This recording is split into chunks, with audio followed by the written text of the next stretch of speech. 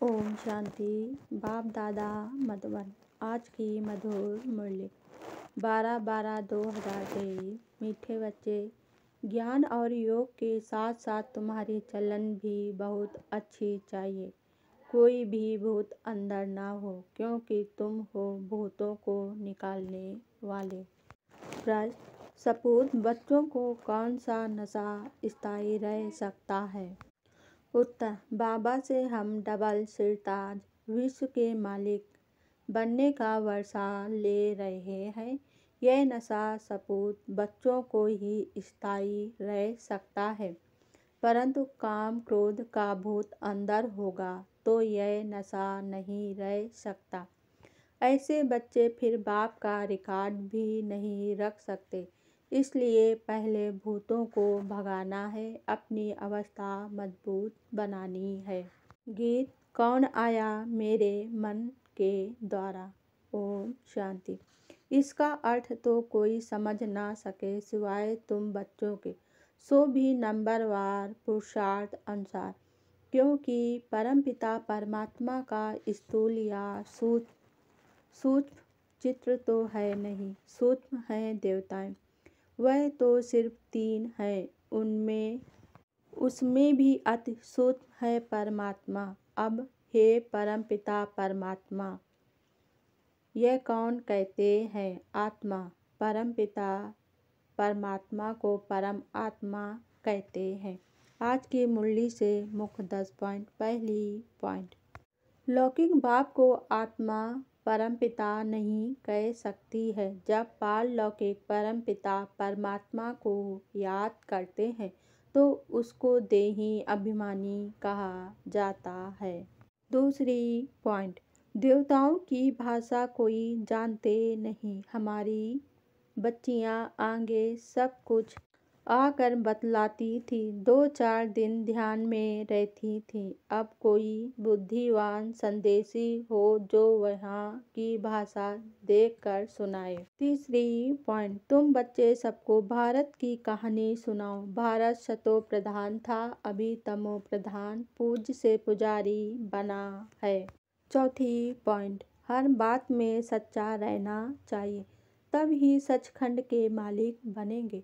झूठ बोलेंगे तो बीमारी वृद्धि को पाते नुकसान कर देगी। पांचवी पॉइंट: बच्चों को बड़ी युक्ति से प्रश्नावली लिखना चाहिए। परमपिता परमात्मा से तुम्हारा क्या संबंध है? जब पिता है तो सर्वव्यापी की बात नहीं। छठवीं पॉइंट: वहाँ तो है सुख ही सुख, और जो राजा बनते हैं वह भी ईश्वर अर्थ दान पुण्य करने से राजा के आर्डर में सारी प्रजा चलती है। इस समय तो भारतवासियों का कोई राजा नहीं, पंचायती राज है, तो कितने कमजोर बने हैं। सातवीं पॉइंट: बाबा जानते हैं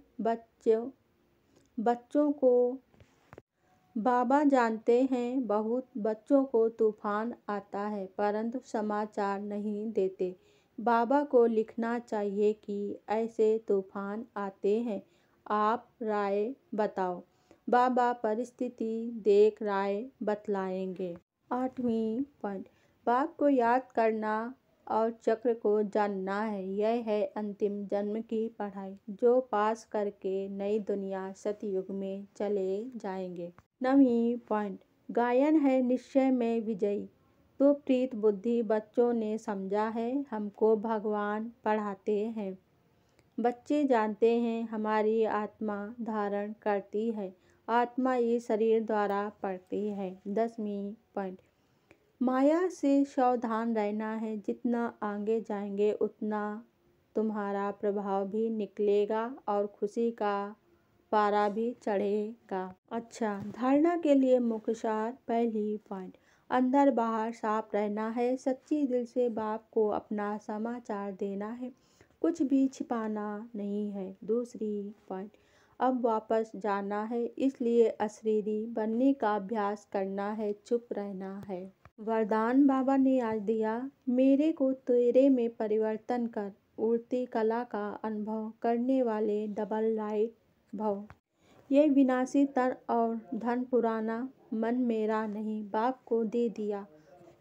पहला संकल्प ही यही किया कि सब कुछ तेरा, इसमें बाप का फायदा नहीं आपका फायदा है, क्योंकि मेरा कहने से फंसते हो और तेरा कहने से न्यारे हो जाते हो। मेरा कहने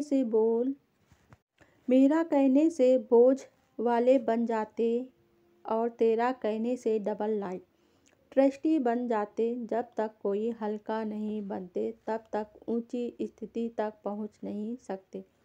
हल्का रहने वाले ही उड़ती कला द्वारा आनंद की अनुभूति करते हैं। हल्का रहने में ही मजा है। स्लोगन बाबा ने आज दिया। शक्तिशाली आत्मा वह है जिस पर कोई भी व्यक्ति व प्रकृति अपना प्रभाव न डाल सके। ओम शांति।